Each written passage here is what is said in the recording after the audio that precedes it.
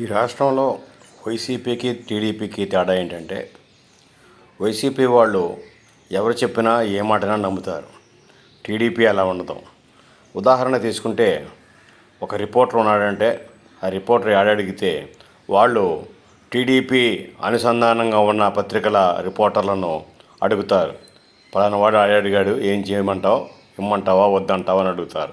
ఆ రకంగా కింది స్థాయి నాయకులలో ఉండటంతో ఏమవుతుందంటే మండల స్థాయిలో సైతం టీడీపీ పేపర్లే టీడీపీ పేపర్ల రిపోర్టర్లే వైసీపీ వాళ్ళను కూడా మస్మరైజ్ చేయటం జరుగుతుంది. ఎందుకంటే వాళ్ళు ఆ మాయలో ఉంటారు. మా పేపర్లో మా వార్తలో రాకపోయినా పర్వాలేదు కానీ పక్క పేపర్లో రావాలి అనుకునే వాళ్ళు కొందరు ఉంటారు. దీనివల్ల ఏమవుతుందంటే మిగిలిన దినపత్రికలకు విలువ ఇవ్వరు. వాళ్ళంతసేపు వైసీపీ వాళ్ళు టీడీపీ మీడియానే నమ్ముకుంటారు. దాని మూలాన ఏమవుతుందంటే అధికారం వచ్చినా అధికారం రాకపోయినా కానీ టీడీపీ మీడియాకు వచ్చిన ఇబ్బంది లేదు. ఎందుకనంటే వైసీపీ ప్రభుత్వంలో కూడా టీడీపీ మీడియాకే యాడ్స్ ఇవ్వడం జరిగింది.